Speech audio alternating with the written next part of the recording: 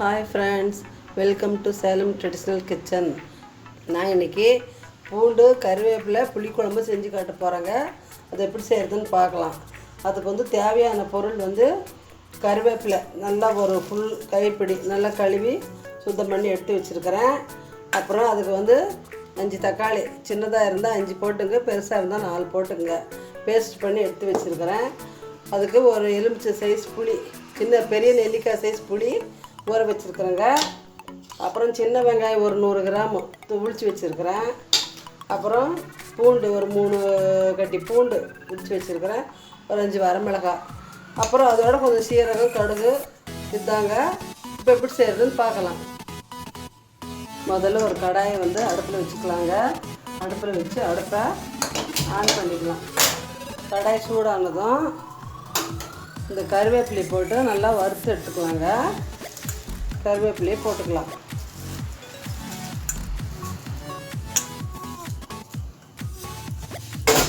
இதை கொஞ்சம் ஃப்ரை பண்ணி எடுத்துக்கலாம்.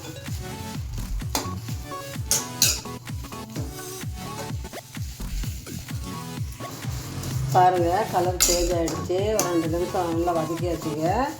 இது நல்லா ஆறினோம்னா இது கொஞ்சம் நல்லா மொறுமொறுன்னு ஆகிடுங்க. இதை ஒரு பிளேட்டில் போட்டு ஆற வச்சுக்கலாம். ஆறின வேட்டி இதை பவுடர் பண்ணிக்கலாம். இதை எடுத்து ஒரு பிளேட்டில் கொட்டிக்கலாம்.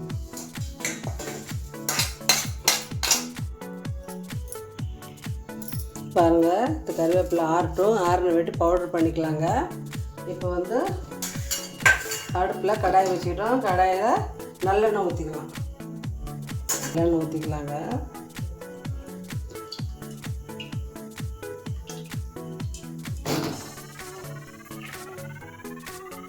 பாருங்கள், எண்ணெய் காய்ஞ்சிக்கிச்சு. எண்ணெய் காய்ஞ்சதும் ஒரு 1 ஸ்பூன் கடுகு போட்டுக்கலாங்க. பாருங்கள், கடுகு போட்டுக்கிச்சு. இப்போ 1 ஸ்பூன் வெந்தயம் போட்டுக்கலாம். அதை 1 ஸ்பூன் சீரகம் போட்டுக்கலாம். பொரிஞ்சிச்சு பாருங்கள். இப்போ பூண்டு போட்டுக்கலாங்க. 2 கட்டி பூண்டு.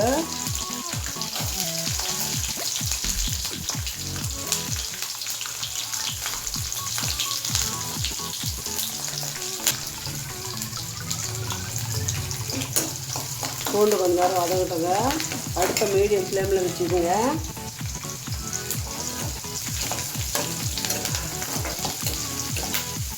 பூண்டு வதக்கி பரவாயில்ல. வெங்காயம் போட்டுக்கலாம்.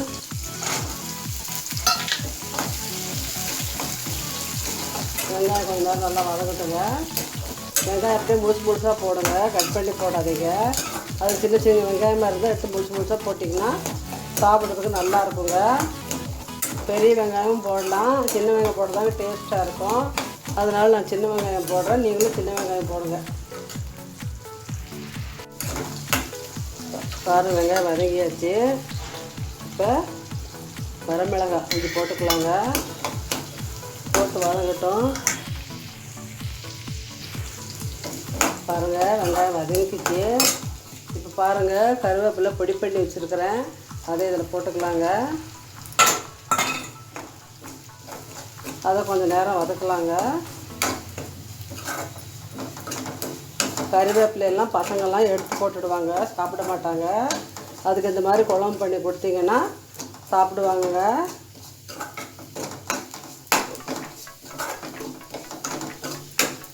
கொஞ்சம் நேரம் வதக்கியாச்சு. இப்போ இந்த தக்காளி பேஸ்ட்டு இதில் ஊற்றிக்கலாங்க. தக்காளி நல்லா எண்ணெய் பிரிஞ்சு வரட்டுங்க.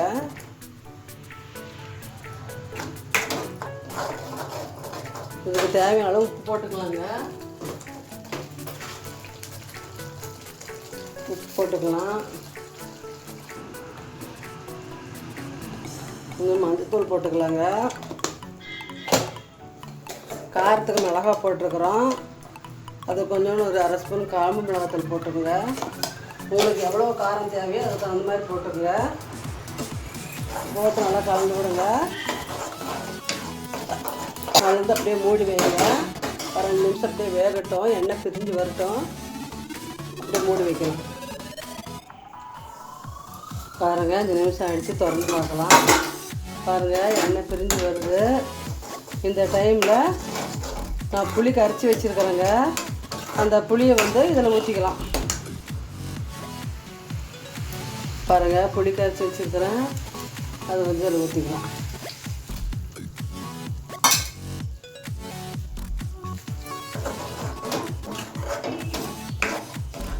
பாருங்கள், நல்லா கொதித்து வரட்டுங்க. நான் இன்னும் கொஞ்சம் தண்ணி ஊற்றிக்கிறேன்.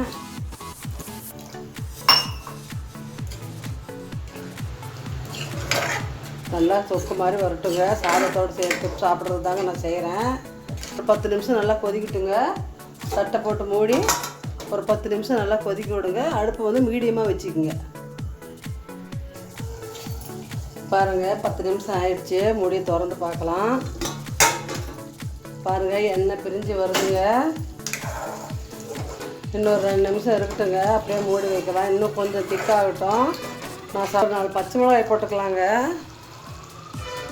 4 பச்சை மிளகா போட்டுக்கலாம். இது ஒரு ஃப்ளேவருக்கு தாங்க. இது அப்படியே இருக்கட்டும். இப்போ உப்பு செக் பண்ணிக்கங்க.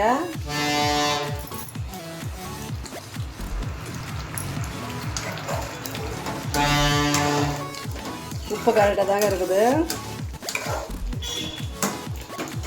கொஞ்சோண்டு சர்க்கரை போட்டுக்கலாங்க. நீங்கள் போடுற மாதிரி இருந்தாலும் போடலாம், இல்லைனாலும் விட்டுடலாங்க. நான் ஒரு 1/2 ஸ்பூன் சர்க்கரை போடுறேன்.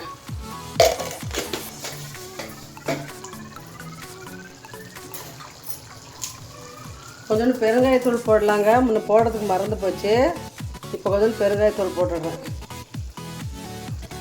ஒரு 1/2 ஸ்பூன் பெருங்காயத்தூள்.